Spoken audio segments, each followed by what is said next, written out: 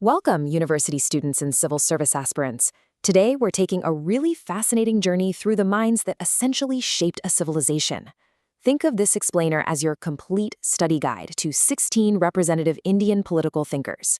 And to make sure these profound concepts truly resonate and stick with you for your exams, we're going to use a seamless bilingual approach. So I'll break down these foundational theories in English and then naturally flow right into the Hindi translation and context. Let's master this comprehensive adjayan together. Okay, let's dive into this. We're going to travel through 4 chronological eras of India's political evolution. We'll start with ancient Indian thought, move into the 19th century socio-religious renaissance, transition into the era of the national movement, and finally, we'll unpack modern and contemporary thought. Right, let's kick things off with Unit 1, Ancient Indian Political Thought. We're beginning with Manu and his core concept of Matsya, which literally translates to the law of the fish. Think of it like this: big fish eat little fish. Manu posits that to prevent a state of total chaotic anarchy where the strong simply devour the weak, God created the king. In Hindi, we understand this as Bhagwan ne Raja ki srishti ki, taki Matsya Nyaya jaise arajakta se sabki raksha ho sake. And to enforce this order, Manu introduces danda. That's the sovereign coercive power that guarantees a righteous order. Or, to put it another way, danda raja ki wo shakti hai jo dharma aur kaanoon ko banaye rakhti hai. Next up is Kautilya, the absolute master of political realism. He explicitly links royal authority directly with the idea of a welfare state. He says, "In the happiness of his subjects lies the king's happiness. In their welfare, his welfare." Now, echoing the original Sanskrit, Prajasuke Sukham Rajna, the Hindi meaning really places the citizen at the absolute center of governance. Praja ki khushi mein hi raja ki khushi hai, or unke kalyan mein hi uska kalyan hai. Now, what's really interesting about this is how Shukracharya visualizes the state. He uses this brilliant anatomical analogy, basically comparing the state to a human body. Let's pair them up. It's pretty clever. The king is the head, or mastika. The ministers are the eyes, providing vision, known as netra. Allies are the ears, or karna, absolutely crucial for gathering information. The treasury, that's the mouth, mukha. The army acts as the mind, mana, executing calculated defense. Forts are the hands, bahu, shielding the body. And finally, the territory and people represent the feet, or pada, the very foundation the state stands upon. That brings us to Unit 2, the socio-religious renaissance. This marks a massive 19th century shift in the subcontinent. First, we have Raja Ram Mohan Roy, who famously led the crusade against Sati, literally paving the way for modern civil liberties. Alongside him, Swami Dayanand Saraswati gave us some incredibly crucial political vocabulary. He championed Swaraj, making the point that a good government is absolutely no substitute for self-government. Or in Hindi, Suraj kabhi bhi Swaraj ka vikalp nahi ho sakta. He also heavily advocated for Swadeshi, which means embracing your own country's goods and culture. Swadeshi yani apne desh ki vastuon aur sanskriti ko apnana. Around this same era, Mahatma Jyotiba Phule launched this Satyashodak movement. This was a truth-seekers initiative fighting against caste oppression, ek aisi muhim jo jatiya shoshan ke khilaf thi. Building on that spirit of upliftment, Swami Vivekananda actually coined the term Daridra Narayana. He proclaimed that service to the poor and suffering is the absolute highest form of worship. In Hindi, that translates beautifully too. गरीब और पीड़ित की सेवा ही सबसे बड़ी पूजा है क्योंकि उनमें ईश्वर का वास है.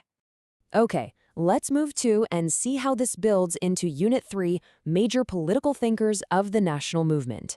This is where philosophical awakening transforms into concrete political ideologies. While the moderates argued for the spiritualization of politics, Bal Gangadhar Tilak took a much more radical approach with his fourfold program. This included Swaraj, or political self-rule, meaning Purna Swarajya. Then there's Swadeshi, promoting economic self-reliance, meaning apne desh ki udyogon ko badhawa dena. Next was boycott, which meant renouncing British goods, or videshi vastuon ka bahishkar. And finally, national education to really instill civic pride, meaning Rashtriya Shiksha jo deshbhakti jagrat kare. Now, right at the center of the movement was Mahatma Gandhi, synthesizing truth and nonviolence. Two of his absolute core theories were Sarvodaya, which signifies the universal welfare and upliftment of all people, Samaj ke sabhi vargon ka vikas, And then Gram Swaraj, which envisions a decentralized democracy based entirely on self-governing village republics. एक ऐसी प्रणाली जहां हर गांव आत्मनिर्भर गणराज्य हो. As independence rapidly approached, Jawaharlal Nehru architected his vision for the modern state. He advocated for democratic socialism. This basically blended liberal parliamentary democracy with state-led economic planning.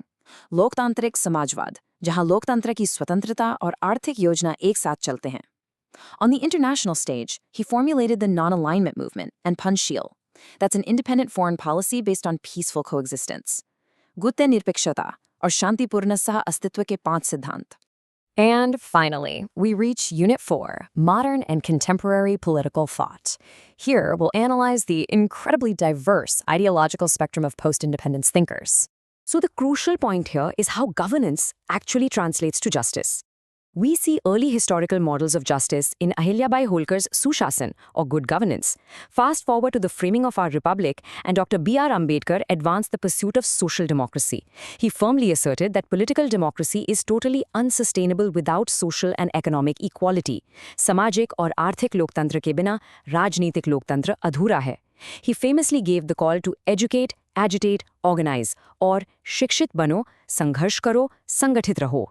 Next, we look at Jayaprakash Narayan, or JP, who argued for a partyless democracy, dalvihin loktantra, because he believed that party politics inherently breeds corruption. He launched Sampurna Kranti, or total revolution. He didn't just want political change, he wanted transformation at every single level of national life. We're talking the social, economic, political, cultural, ideological, educational, and moral spheres. In Hindi, the immense scale of this is captured as Samajik, Arthik, Rajnitik, Sanskritik, Vaicharik, Shaikshik, or Nitik Kranti. Moving to a different ideological framework entirely, V.D. Savarkar articulated the concept of Hindutva, or cultural nationalism, in 1923. He defined a Hindu as anyone who regards the land of Bharatvarsha as both their fatherland and their holy land. Translating this specific terminology line by line, वह व्यक्ति जो भारतवर्ष को अपनी पितृभू यानी पितृभूमि और पुण्यभू यानी पवित्र भूमि मानता है, वही हिंदू है. And this brilliantly illustrates our final thinker, Pandit Deen Dayal Upadhyay. He presented integral humanism as an indigenous alternative to Western models. It's a really holistic philosophy, viewing the human as an integrated whole of body, mind, intellect, and soul.